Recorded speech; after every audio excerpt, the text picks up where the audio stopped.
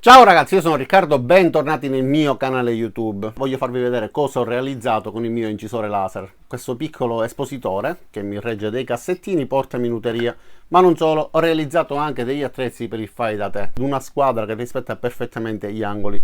Quindi un incisore laser potente che ha anche un'ottima precisione. Questo è il Late ZR da 20 watt.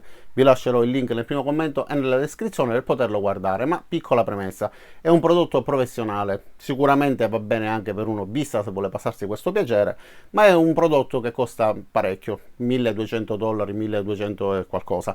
Cercherò di farmi dare un codice di sconto, ma un incisore laser con queste prestazioni ci permette di avere dei tagli su 1 centimetro di spessore con un angolo retto di 90 gradi che è rispettato perfettamente. Questo l'ho progettato io, incide sul metallo. Sono riuscito a incidere il logo di YouTube, questa immagine di una stampante 3D, ma ora vi faccio vedere tutto per bene. Voglio farvi vedere però come ho realizzato questa cassettiera, quindi i vari tagli, la fase dell'incollaggio eccetera, e la realizzazione di queste squadre che poi mi sono tornate utili nell'assemblaggio di questa cassettiera, perché per mettere in squadra il tutto ho utilizzato proprio quello che ho realizzato con lo stesso incisore, che tra l'altro ha anche il wifi, ha una scheda 32 bit di ultima generazione, ragazzi, è un mostro, e viene venduto incluso di compressore per poter utilizzare l'Air Assist.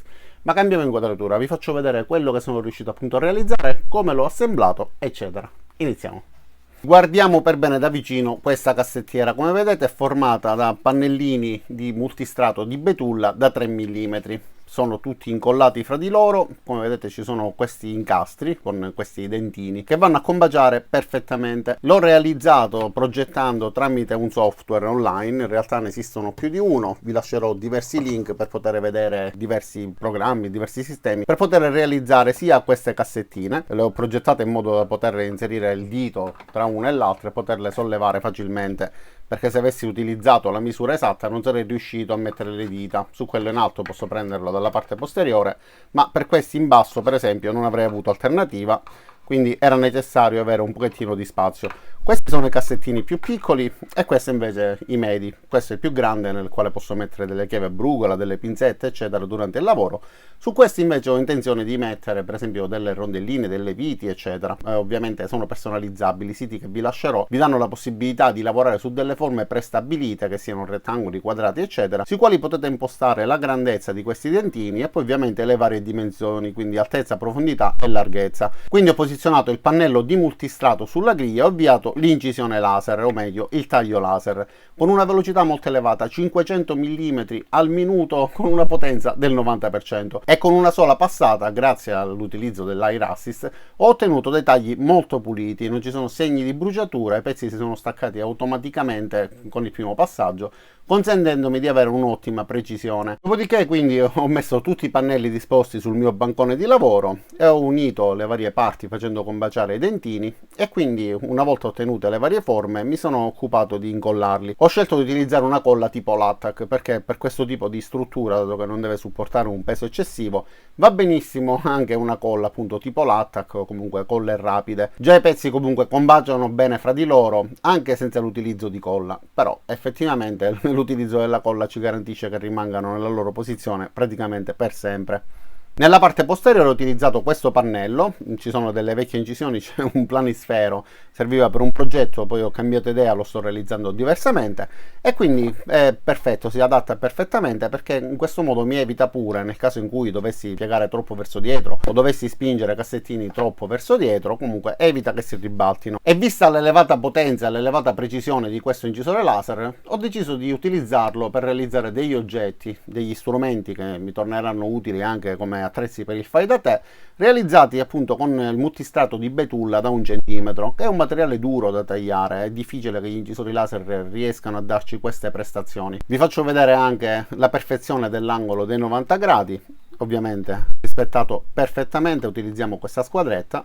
Guardate come combacia perfettamente con i 90 gradi, e voglio farvi vedere anche come combaciano perfettamente le misure con i centimetri. Allora guardate le tacche dei centimetri, rispettate perfettamente. Scusate, l'ho mosso un poco, ma come vedete sia nella parte iniziale che nella parte finale combacia perfettamente, quindi anche un'ottima precisione per quanto riguarda il movimento dei motori.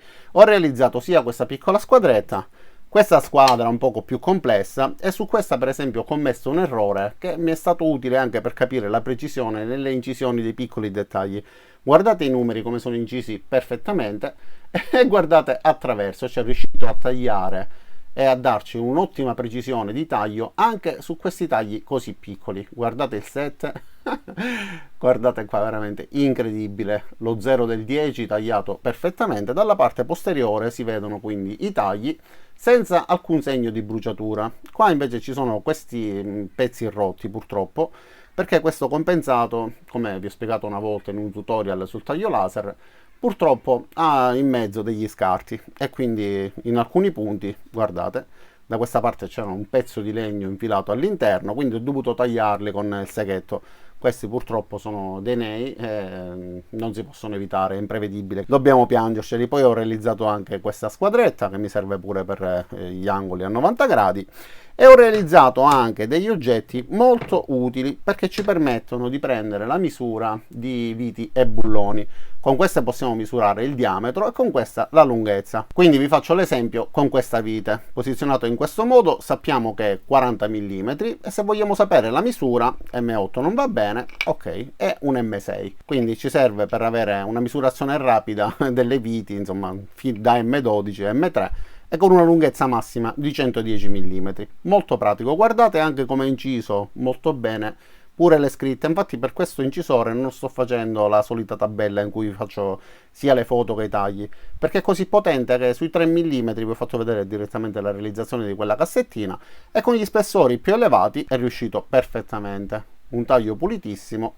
Poi ho fatto la prova anche su questo zippo, questa è un'imitazione, io sono un collezionista di zippo dal 1990 circa, e questo è uno zippo finto, e ho voluto incidere il logo di YouTube e il mio logo. Guardate anche in questo caso che ottimo risultato. Poi ho voluto provare anche su questa spatolina, e guardate come è inciso benissimo il logo di YouTube e come è inciso benissimo anche questa stampante 3D. Quindi si vedono perfettamente tutti i dettagli del motore, i vari assi eccetera, e il logo di YouTube. Ovviamente in base a come lo inquadrate cambia colore, e questo è ancora più utile in questa inquadratura perché ci fa capire che l'incisione è una vera e propria incisione. L'ho pulito con l'alcol, l'ho provato con diversi solventi, ragazzi, rimane lì, quindi è una vera e propria incisione che non si rimuove. E anche pezzi da 1 centimetro comunque li ho realizzati con un'alta velocità, pensate 400 mm al minuto, con il laser impostato al 90 o 95%, non ricordo di preciso, e sono stati necessari 4 passaggi. Ma adesso voglio farvi vedere qualche altra caratteristica di questo incisore laser. Non vi ho fatto vedere il taglio, per esempio, di questo pezzo così grosso. Questo è 16 mm e mezzo, e voglio farlo assieme a voi. Per farvi vedere questo però voglio utilizzare il pannellino che si trova nella parte frontale, touchscreen, che ci permette di utilizzare questa macchina senza l'utilizzo di un computer. Bisogna mettere una scheda nello slot che troviamo nella parte frontale, e poi vi farò vedere anche la realizzazione di queste fotografie. Sono delle mie foto in giacca e cravatta. Mia moglie dice che queste foto fanno impressione. Effettivamente, osservandole, sono un pochettino scoraggianti, però comunque sono riuscito ad inciderle, e sul multistrato effettivamente mi sono accorto che per le impostazioni che avevo dato ha scavato un pochettino. La precisione è elevatissima, guardate i puntini sulla cravatta, le sfumature sulla giacca, i capelli, addirittura questo traliccio, questo palo dell'Enel, le foglie dell'albero, insomma ha inciso un po' tutto. Cambiando impostazioni viene più o meno scura, e ho scelto di utilizzare questa foto, anche se non è il massimo come bellezza di fotografia, proprio perché era piena di chiaroscuri, di scale di grigio. Io avevo una camicia nera, cravatta nera, giacca nera, e quindi volevo mettere sotto sforzo questo incisore per vedere se anche tramite l'applicazione riusciva comunque ad elaborare bene i dati, ed effettivamente è riuscito a farlo senza alcun problema. Anche sull'MDF guardate le sfumature, inciso benissimo, anche la barbetta bianca, il riflesso sugli occhiali, ragazzi, un risultato eccezionale. Guardate che bellezza, non io ma il risultato dell'incisione, secondo me, soprattutto perché ho utilizzato l'applicazione che non elabora i dati come farebbe per esempio Lightburn, e non ci permette di dare tante impostazioni, ci permette solamente di invertire, se vogliamo il chiaroscuro, se vogliamo una scala di grigi, come impostare la luminosità e poco altro. Quindi se riesce a darci questi risultati con una foto così difficile, sia sul compensato che sull'MDF, e appunto tramite l'applicazione, immaginatevi quello che riesce a fare tramite Lightburn. E allora ragazzi, ho già messo il file all'interno della scheda SD, quindi l'accendo e utilizziamo questo pannellino per fare un taglio su questo pezzo da 16 mm e mezzo. Sentirete un po' di rumore perché utilizzerò sia il compressore, l'aspiratore per i fumi e ovviamente anche la ventola che è presente nel diodo, quindi per raffreddarlo. Lo accendo, ok, c'è il beep che ci avvisa che il laser è stato acceso. Sul display appare il logo e ci dà anche la possibilità di scegliere, anche se effettivamente se fosse stato più luminoso sarebbe stato meglio, comunque la qualità generale del display mi piace. Spegniamo questa luce così si vede un po' meglio, almeno credo. Ok, e potete utilizzare questo display solo ed esclusivamente se all'interno della SD è presente un file. Quindi scegliamo il file, selezionandolo io ho la possibilità di spostare il modulo, quindi dirgli dove andare a fare l'incisione. Facciamo l'incisione su questo punto. Allora ragazzi, innanzitutto l'ho mandato in home, dopodiché vediamo anche di fare un contorno del pezzo da incidere. Ok, quindi lo posiziona da questa parte, spostiamo il tutto. Adesso abbiamo quindi questo taglio su questo pezzo da 16 mm e mezzo. Ho impostato una potenza di 200 mm, quindi veloce, 90% di potenza, ragazzi, solo 3 passaggi. Vediamo se riusciamo a ottenere un buon risultato, ma devo accendere il compressore e devo accendere anche l'aspiratore.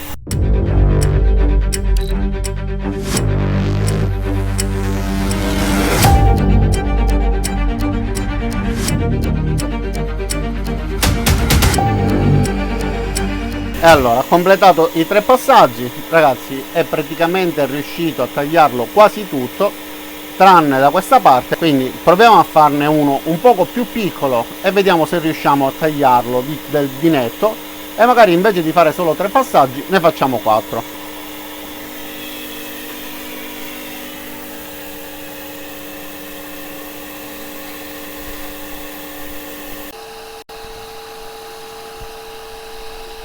Queste sono tutte riprese in tempo reale, state vedendo che comunque si sta muovendo a 200 mm al minuto, che è una velocità elevata per questo tipo di taglio. Già vediamo la luce del laser che è passata attraverso il pezzo, quindi penso che questa volta si staccherà senza problemi. Probabilmente il pezzo si è già staccato, ma fino a quando non si sposta il modulo non riusciremo a saperlo. Ok, vediamo. Allora sì, praticamente si è staccato, guardate, stiamo parlando di 16 mm e mezzo con solo 4 passate, e come vedete la prima prova di taglio era riuscita a passare praticamente attraverso, mancava pochissimo per completare il taglio, ma solo in alcuni punti, perché questo incisore laser ha un punto di taglio, scusate, ok, ha un punto sottilissimo per quanto riguarda la parte che viene colpita appunto dalla luce, da 0,06 per 0,08, quindi ottimo, perché da 0,08 abbiamo anche lo 0,06 che ci dà la possibilità di completare il lavoro molto più velocemente. Adesso diamo un'occhiata anche all'incisore e alla struttura che diversamente da tanti altri ha un aspetto estetico molto gradevole, minimale, facile da montare perché bisogna montare solamente queste viti che tengono insieme i pezzi, che si incastrano facilmente e automaticamente si posizionano in squadra. Una cosa che mi è piaciuta, visto che l'area di incisione è di ben 430 x 430 mm, è la grandezza dei piedini. Guardate, da questa parte effettivamente il laser va fuori, ma visto che i piedini sono molto profondi, riusciamo comunque ad avere l'incisore poggiato sul piano, anche se lo stesso supera le dimensioni del piano d'appoggio. Nella parte frontale troviamo il controller, come vi ho detto poco fa, 32 bit, è in grado di gestire benissimo tutti i dati da elaborare, anche il modulo wifi, la gestione del pannellino, che nella parte posteriore è magnetico, quindi si può posizionare davanti. Tastino di reset, ingresso per la micro SD, tasto di accensione, ingresso per il cavo USB, cavo di alimentazione e il fungo di emergenza. Una volta premuto la macchina si spegne, come vedete si accendono anche questi LED di colore rosso, perché a volte succede che si prova ad incidere e non parte la macchina, ci si dispera nel cercare quali siano le connessioni che non vanno bene, e alla fine invece il tastino premuto, che non si nota effettivamente se non fosse per questi LED rossi che ci avvisano. Per poterlo riaccendere basterà ruotarlo leggermente. Guardate anche le cinghie, tutte cose nascoste, non si vede assolutamente nulla, solo il cavo di alimentazione e il tubo in silicone che porta l'aria al modulo laser, che adesso guarderemo per bene. È dotato ovviamente anche di end stop, tutto facilissimo da montare, praticamente si devono solamente unire fra di loro i vari componenti in modo molto rapido. Addirittura l'asse che fa muovere il modulo si avvita con 2 viti a destra e 2 viti a sinistra in pochissimi minuti. Per quanto riguarda invece la regolazione della messa a fuoco, essendo un modulo a fuoco fisso dotato all'interno di 4 moduli da 6 watt ciascuno, dobbiamo semplicemente piegare questa linguetta che va a appoggiare sul pezzo da incidere, e questa sarà la distanza per la messa a fuoco. Poi si rimette in posizione. Per poter regolare però l'altezza bisogna girare questo grande pomello, comodissimo da girare. Allora adesso lo farò abbassare, andrà a urtare contro questo cassettino, ma guardate, si abbassa. Ok, non fatelo mai perché si potrebbe anche danneggiare con i colpi, in questo caso non succede nulla, ma esagerando si può rompere. E come vedete, una volta abbassato, con questo aperto, abbiamo la possibilità di gestire appunto l'altezza. Nella parte frontale abbiamo questo schermino che effettivamente protegge, funziona bene dai raggi dannosi del laser. Adesso vi faccio vedere il modulo così fra le mani. Guardate, nella parte interna abbiamo un ugello che convoglia l'aria nel punto di incisione, a cui è collegato il tubo ben nascosto, come vedete scorre lungo tutto il corpo dell'incisore. È possibile anche rimuovere questa protezione, ma io ve lo sconsiglio. E nella parte posteriore abbiamo quindi la possibilità, grazie a questa slitta, di poter regolare l'altezza. Nella parte superiore, con questa forma di X, abbiamo la griglia per l'ingresso dell'aria. E questa invece è l'etichetta che ci conferma che è un modulo laser da 18-21 watt, ma da alcuni test fatti sembra che raggiunga tranquillamente 21 e in alcuni casi addirittura lo supera. Ma comunque sia, quello che ci interessa è vedere come riesce a lavorare, ragazzi, sia per le foto, per le varie incisioni, sia sul metallo, sul legno, i tagli fatti benissimo.